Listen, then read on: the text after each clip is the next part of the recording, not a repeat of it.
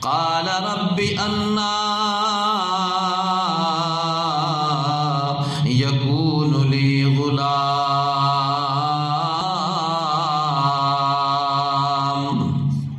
اے میرے اللہ کیسے ہوگا وہ میرا بیٹا، وَكَانَتِ امْرَأَتِي عَاقِرًا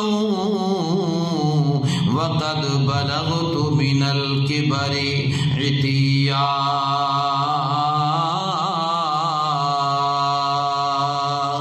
اے میرے پروردگار میری بیوی بانجھ ہو چکی ہے، اے میرے اللہ اور میں بڑھاپے کو پہنچ چکا ہوں، وَقَدْ بَلَغْتُ مِنَ الْكِبَرِ عِتِيًّا، بڑھاپے کوئی نہیں بڑھاپے کی انتہا کو پہنچ گیا ہوں۔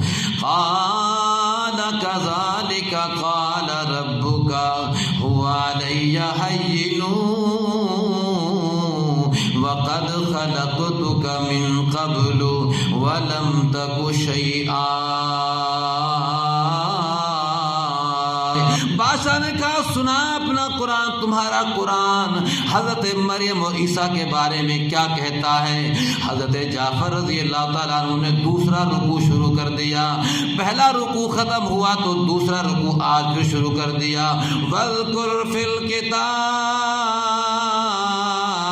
مَرْيَمَ إِذِ انتَبَذَتْ مِنْ أَهْلِهَا مَكَانًا